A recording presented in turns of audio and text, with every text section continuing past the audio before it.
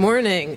First, I just want to say what a beautiful venue, and thanks to Bob Peck for sharing this with us. I think it's worth the pain of getting through the slightly tighter security, but it's wonderful to be in this space. You know, I wanted to say that I'm from a nonprofit, and we talk about how and where we grow is what we work on. And it seems like the topic today is how and where we site federal facilities, because that has a profound effect on how and where we grow as a whole region. So I think this is a really terrific panel to explore this topic, and I appreciate NCPC sort of pulling this together as they look at developing their federal workplaces element for the comprehensive plan. And I just wanted to point out, I encourage people to read the, it's called the Recommendations on Sustainable Siting for Federal Facilities.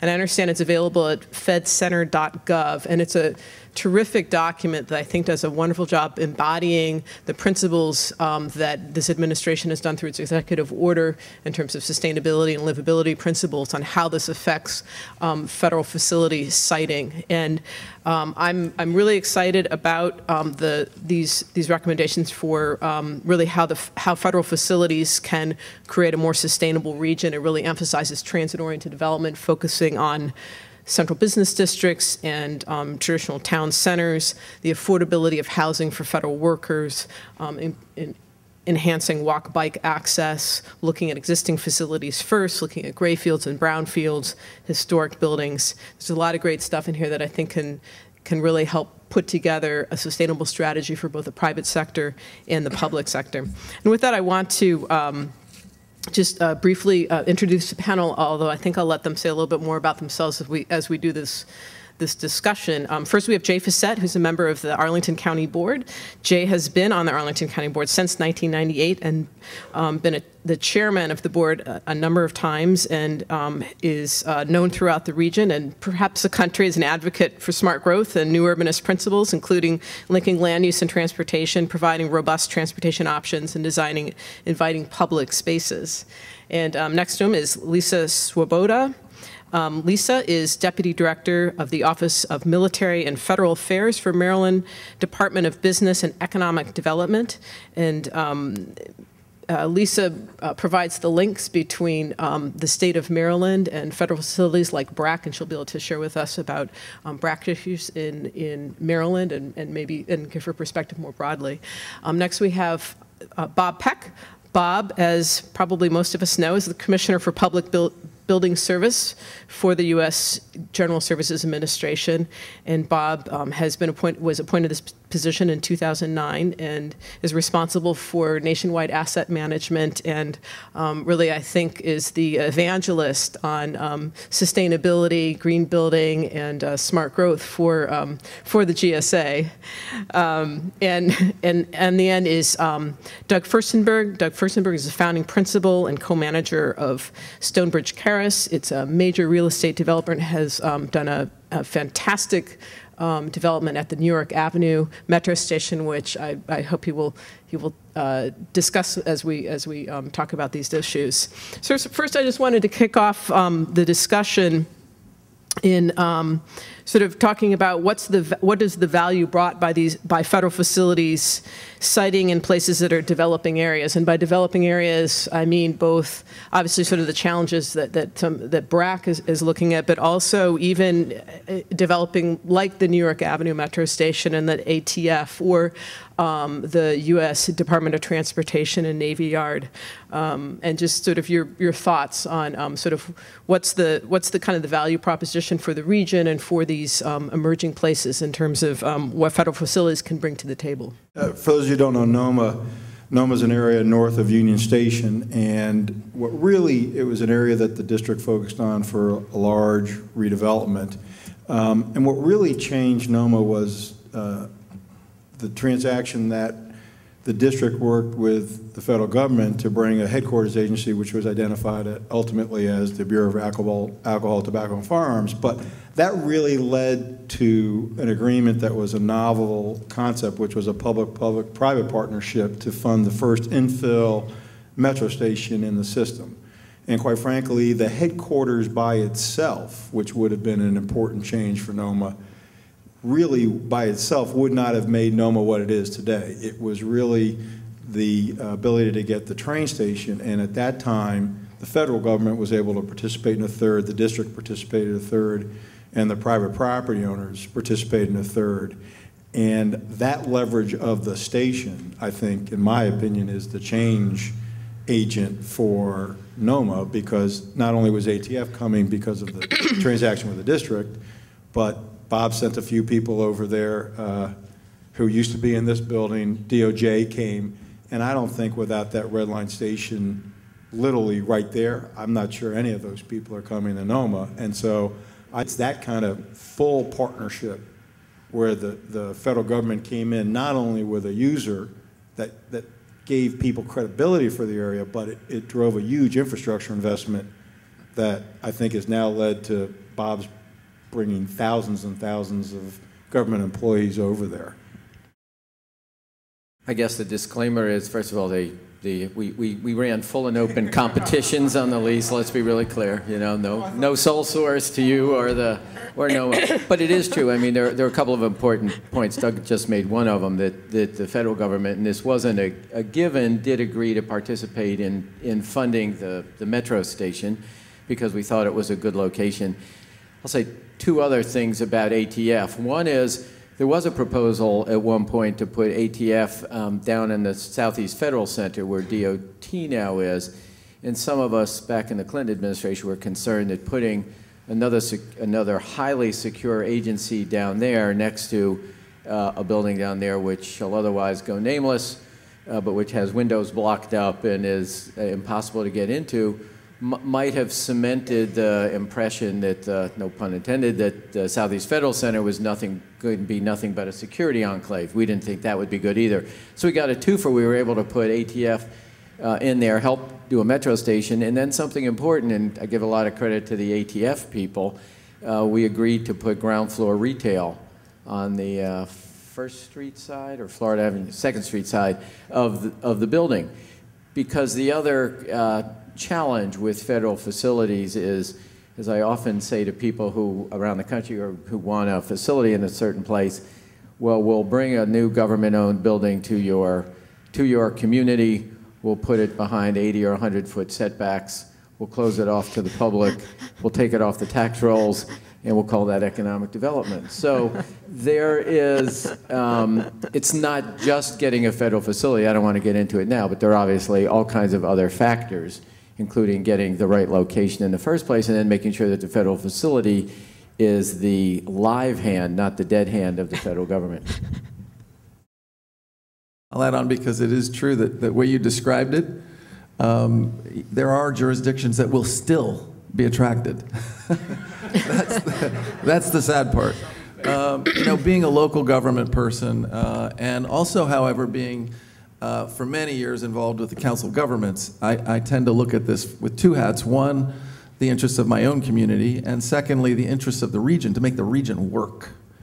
And I think I would say, so in response to this, that there is a really desirable role for anyone to be an anchor. A federal government is at the top of that list, but we'll look for a grocery store. We'll look for a government facility. Look at Shirlington. We have Signature Theater on top of a library. That is an anchor for that newly developing neighborhood. And for me, the most important thing is that you recognize that role in creating and shaping a community and a quality of life. And secondly, that you are deliberative and careful in making your decisions about what you're looking for, what's needed to make that decision. There has to be a plan in place. I don't think there should be any government investment, whether it's in a federal facility or anything else, unless there's a plan for that area to actually take advantage of that investment, so that there's a mixed-use plan in place and that the government has an ability and willingness, politically and otherwise, to actually truly take advantage. How many times have we seen metro stations with huge infusion of taxpayer dollars go in, and localities around the country, around this region, don't take advantage of that and make use of that huge investment. So for me, and we're going to, I'm sure, get to the transportation side of this, but that's fundamentally important in the ultimate initial decision. impacts on developing areas, I'll take two examples, one of the civilian agency side and one of the defense side. One of the civilian agency side in BRAC 1995, I think it was, or 98, White Oak facility, which was a Navy installation, was shut down, and it's off of New Hampshire Avenue, right off of the Beltway. And when that closed, of course, everyone's hope was that another federal agency would come fill its shoes. And we were fortunate, and we have the U.S. Food and Drug Administration, their new headquarters campus, that once their build-out is complete, up to 9,000 jobs right there, right outside of the Beltway in White Oak. Now, this is a community that was very used to its Navy base, and they really didn't have too much impact outside of that gate. But with the flood of FDA in there, we have several advocacy alliances set up that surround our military installations. And when that closed, we had a community alliance set up that was very supportive of FDA and welcoming them and their employees. And through that alliance, they called themselves LabQuest. They're still in existence. And they've been a big promoter of the agency moving in. They have helped out on the transportation ends because obviously it's a much larger impact transportation-wise than what was there before. But then and also just reaching out to the leadership within the agency and trying to address any challenges that they may have, and of course figuring out ways that they can make the transition to this new campus the easiest it could be. We were fortunate there that it was a smooth transition. They've got great growth there. It's a beautiful campus. If you haven't driven past it, I would certainly highly recommend you do so. In a more remote area, I'll take you down to southern Maryland in St. Mary's County with Naval Air Station Peck's River. They were BRAC'd, but not for closure, mission growth. They received in the 95 round a significant number of employees that would be coming from Crystal City.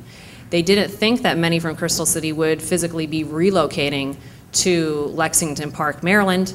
It's a big culture shock for their employees, but 80% of the workforce did follow their job to PACS. Several of them relocated and now are residents of Southern Maryland. But that area was not at all prepared for the growth that it was to receive through that BRAC round. And if you drive down there now, prior to that BRAC announcement, you got very little quality of life-wise. Besides the water and sailing, and it's beautiful down there, there wasn't much amenity-wise. You drive down there now, and on Route 235, all of the development you see is due to that BRAC decision with that growth that came to Pax River. In addition to the growth that came there with your restaurants, your hotels, you have defense contractors that were setting up 2- and 3-story buildings, which were unheard of back in the early 90s down there. You also then had the College of Southern Maryland. That's the only reason they're there in St. Mary's is because of that movement. They had to set up an educational institution to provide the opportunities for continuing ed for their employees in that area and to support that workforce. When one makes a decision, a real estate decision in the federal government, I don't believe it's much different from the private sector. You know, you have to, of course, location is key, but what we have learned in working with our federal agencies, military or civilian, the #1 challenge they have today is workforce, whether it's workforce retention or workforce attraction. And in moving into an area as remote as Southern Maryland down in Lexington Park might be, or in the recent BRAC decision of 2005 up in Aberdeen Proving Ground, there's a huge investment that must be made, not just on the federal government side, but then also on the local and state government side and in the community. And for those that aren't familiar with the recent BRAC decision up at Aberdeen Proving Grounds, it's over 8,000 BRAC jobs that were coming to a rural part of Maryland where you had, 2-lane roads going in, and, your best restaurant off of the Edgewood side was Subway. You had people coming in who considered themselves Manhattanites, moving from a suburb of New York and New Jersey, and who looked at Aberdeen Proving Ground and thought, there ain't no way in hell I'm moving there. So we all agree that was a bad decision, right? well, we did get over 60% of their existing workforce that did follow their job and are continuing to make that move to APG. It's actually a success story. You had the socioeconomic landscape of that whole region has now been changed due to this federal government decision. Whereas up in Aberdeen and in Harford County traditionally has been an industrial manufacturing base, you now have, due to this BRAC decision, a completely different workforce coming in that's highly skilled, highly paid. Of course, they want their quality of life to be better than what was there before. And we have, again, the expanding educational opportunities that are coming to that area. You have a Wegmans that's coming. I mean, that's pretty big news for there. And it wouldn't be there without the federal government coming in. So yes, there are great impacts when you bring a federal agency to a developing area. There's benefits, but the impacts are also great and have to be considered at all levels.